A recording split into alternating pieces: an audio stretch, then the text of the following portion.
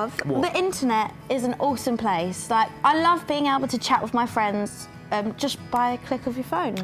Same.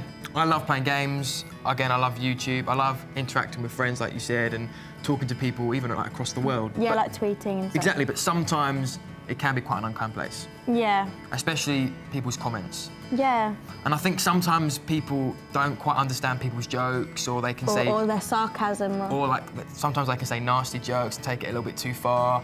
And sometimes even your friends, by accident, might post a picture of you that you don't actually like and don't want that to happen. Yeah. And it kind of makes you feel a little bit upset. But because they're your friends, you're like, don't worry about it. But I think if we made our own rules, I think they'd be quite good. Yeah. Should we make our own rules? Yeah, right. Okay, go on, you start. Always post a kind comment. Yes. Always report unkind comments. Yep. Always respect your fellow social media lovers. Yes. Always ask permission before putting up a picture of someone else. Yeah.